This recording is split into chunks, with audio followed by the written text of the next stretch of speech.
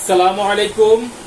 আমি doctor Naimul Kibria, BHMS Bangladesh homeopathy medical college, DHMS রোকেন ইসলাম homeopathy medical college.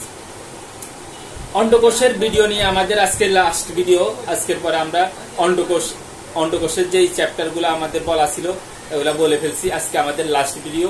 এখানে আমরা হাইড্রোসিলের মধ্যে শক্ত হয়ে যাওয়া বা থলতলা হওয়া, এই শক্ত হওয়া, থলতলা হওয়া, ব্যথা হওয়া, এই ব্যাপারগুলোর ভিন্নতা হিসাবে কি কি ওষুধ আসতে পারে এই নিয়ে আমাদের আলোচনার আজকে শেষ ভিডিও। আজকে আমরা শেষ ভিডিওতে শেষভাবে আমরা যে পরামর্শটা দিব সেটা হচ্ছে, কেউ আমাদের এই ভিডিও থেকে নিজে নিজ ওষুধ প্রয়োগ করবেন না। অবশ্যই একজন ভালো ডাক্তারের পরামর্শ নেবেন। অবশ্যই ভালো ডাক্তারের বিকল্প নাই। কারণ অনেকে মনে করে, আজকেও আমি কয়েকটা রুগী এরকম পাইছি যারা অমুকে বলছে, হেও তো ডাক্তার, হেও তো পড়াশোনা করছে, কিন্তু 4-5টা মেডিসিন বলে ফেলছে। আপনারা খেয়াল করছেন, আমরা এই পর্যন্ত যতগুলো ভিডিও এক একটা লক্ষণের জন্য একটা মেডিসিন বলি, অথবা 2টা বললেও আমরা বলি 2টা থেকে একটা আসবে লক্ষণ বিবেচনা করে। অর্থাৎ আপনার যেই রোগে হোক, রোগের জন্য একাধিক ঔষধ, 4-5টা ঔষধ কখনো আপনাকে সুখকর অবস্থায় নিবে না। এটা আপনার ক্ষতি হবেই হবে। কারণ ওষুধের তো অ্যাকশন আছে, এটা আপনার যেই অ্যাকশনটা আপনার প্রয়োজন নাই সেটাতে আপনাকে ক্ষতিই করবে, সেটাতে আপনার ক্ষতিকর অ্যাকশনই হবে। এই জন্য অবশ্যই ভালো ডাক্তারের পরামর্শ নেবেন। হয়তো একটু খরচ হবে, হয়তো একটু বেশি, যেমন আমাদের এখানে একটু খরচ বেশি, আমাদের ভিজিট বেশি হিসাবে আমাদের খরচ বেশি। তো এরকম খরচ বেশি হলেও যদি আপনি আপনার উপকার চান, আপনাকে ভালো ডাক্তারের পরামর্শ নিতে হবে। তো এই বলে আমরা আমাদের ভিডিও শুরু করতেছি। ভিডিও শুরুর আগে যেটা বলবো, আমাদের থেকে কেউ চাইলে অনলাইনে অফলাইনে আমাদের ওষুধ নিতে পারে। আমাদের অনলাইন এবং অফলাইনে নির্দিষ্ট ভিজিট এবং নির্দিষ্ট প্রসিডিউর মেনটেন করে যে কাউ ওষুধ দেওয়া হয়। তো এই পর্যায়ে আমরা আমাদের মেডিসিন শুরু করতেছি। এইটা কিছু কিছু বইতে বা কিছু কিছু পুরান রোগ মানুষরা এটাকে কোরান্ড বলে। কোরান্ড মানে হচ্ছে হাইড্রোসিল হওয়া, এত বড় হয়ে যাওয়া। আমি ছোটবেলায় দেখতাম যে গামছা দিয়ে একে বেঁধে রাখতে হয়, কোমরের সাথে বেঁধে রাখতে হয়, এত বড় হয়ে যায় হাইড্রোসিল। এই যে অতিরিক্ত বড় হয়ে যাওয়া তাকে কোরান্ড বলে, বা হাইপার হাইড্রোসিল, অতিরিক্ত হাইড্রোসিল। এটা এলোপ্যাথিতে অপারেশন ছাড়া তাদের কোনো উপায় নাই, কোনো সিস্টেম নাই। কিন্তু আমাদের কাছে ওষুধ আছে। আমাদেরকে যদি ধৈর্য ধরে আমাদের থেকে ওষুধ খায়, আমাদের এটা ওষুধের মাধ্যমে চিকিৎসা হয়। এই কোরান্ড বা হাইপার হাইড্রোসিলের মধ্যে আমরা অ্যাসিড ফ্লোর মেডিসিনটার কথা চিন্তা করি। এই হাইড্রোসিলটা যদি শক্ত হয়, একদম শক্ত, লোহার মতো শক্ত হয়, তখন আমরা ক্যালকেরিয়া ফ্লোরের কথা চিন্তা করি।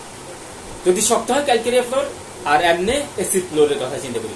অবশ্যই এটার সাথে সাথে আমরা অন্যান্য লক্ষণকে বিবেচনায় রাখতে হবে।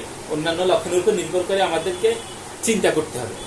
এরপরে যদি নবজাতক শিশুর যদি হাইড্রোসিলটা অনেক বড় হয়, মাত্র জন্ম হয়েছে বা 1-2 দিন হয়েছে, 1-2 দিনে অনেক বড় হয়ে গেছে, তখন আমরা এদের জন্য অ্যাব্রোটেনামের কথা চিন্তা করতে হবে। অ্যাব্রোটেনাম, এরা টিউবারকুলার ডায়াথেসিস, এদের জটিলতা থাকে, অনেক জটিলতা থাকে, তখন আমরা এদের জন্য অ্যাব্রোটেনামের চিন্তা করতে হবে। এই নবজাতকের অ্যাব্রোটেনামের রোগীর অনেক সময় নাভি শুকায় না, নাভি থেকে রক্ত পড়ে, পানি পড়ে, এরকম ব্যাপার থাকে। অর্থাৎ আমরা অন্যান্য লক্ষণে বিবেচনা রাখতে হবে। এরপরে বৃদ্ধদের যদি হাইড্রোসিল হয়, হাইপার হাইড্রোসিস, অতিরিক্ত বড় হয়ে যায়, বৃদ্ধদের যদি অতিরিক্ত বড় হাইড্রোসিল হয়, তখন আমরা এখানে স্ট্রাফিজেকডিয়ার কথা চিন্তা করব। শুধু বৃদ্ধ হওয়ার কারণে তার মেডিসিন চেঞ্জ হচ্ছে, এই কারণে এরকম হালকা হালকা ভিন্নতায় আমাদের মেডিসিন চেঞ্জ হয়। এই কারণে আপনাকে অবশ্যই একজন ভালো ডাক্তারের পরামর্শ নিতে হবে।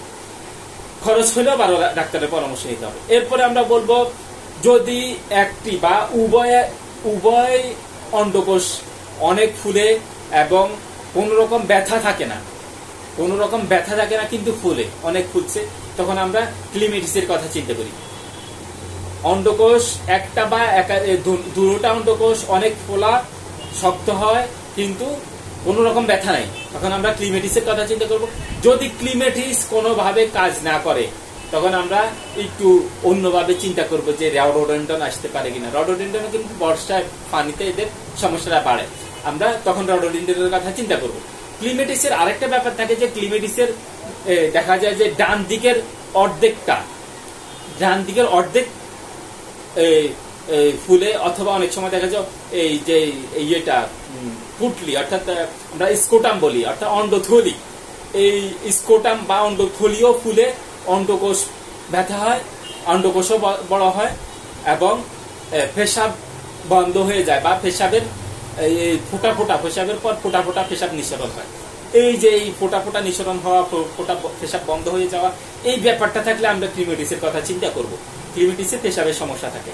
এখানে অনেক সময় অন্ডকোষের অর্ধেক ফুলে, অথবা স্কোটামের অর্ধেক ফুলে গেছে, স্কোটাম অর্ধেক অনেক বড় হয়ে গেছে, অন্ডকোষ বড় হয়েছে মনে হচ্ছে না, কিন্তু স্কোটাম বড় হয়ে গেছে, সাথে সাথে পেশাবের সমস্যা হচ্ছে, তখন আমরা ক্লিমেটিসের কথা চিন্তা করি। এরপরে পুরাতন বা নতুন অন্ডকোষ ফোলা আমরা সালিসিয়ার কথা চিন্তা করি। সালিসিয়ার মধ্যে এদের মেজাজের খিটখিটেতা, বা এদের মধ্যে সালিসিয়ার অনেকগুলো ব্যাপার থাকে। এটা টিউবারকুলার ব্যাপার, সিস্টেম, এদের গ্ল্যান্ডের ব্যাপারগুলো থাকে। তো আমরা অন্যান্য লক্ষণগুলো অবশ্যই চিন্তা করতে হবে, চিন্তা করে আমাদের ওষুধ প্রয়োগ করতে হবে। এই বলে আমরা আজকের মতো এখানে অন্ডকোষ নিয়ে আমাদের আলোচনা শেষ করতেছি। আমাদের পরবর্তী ভিডিওতে আবার দেখাবে ইনশাআল্লাহ। এই বলে আজকের মতো এখানে বিদায় নিচ্ছি। আসসালামু আলাইকুম ওয়া রাহমাতুল্লাহি ওয়া বারাকাতুহু।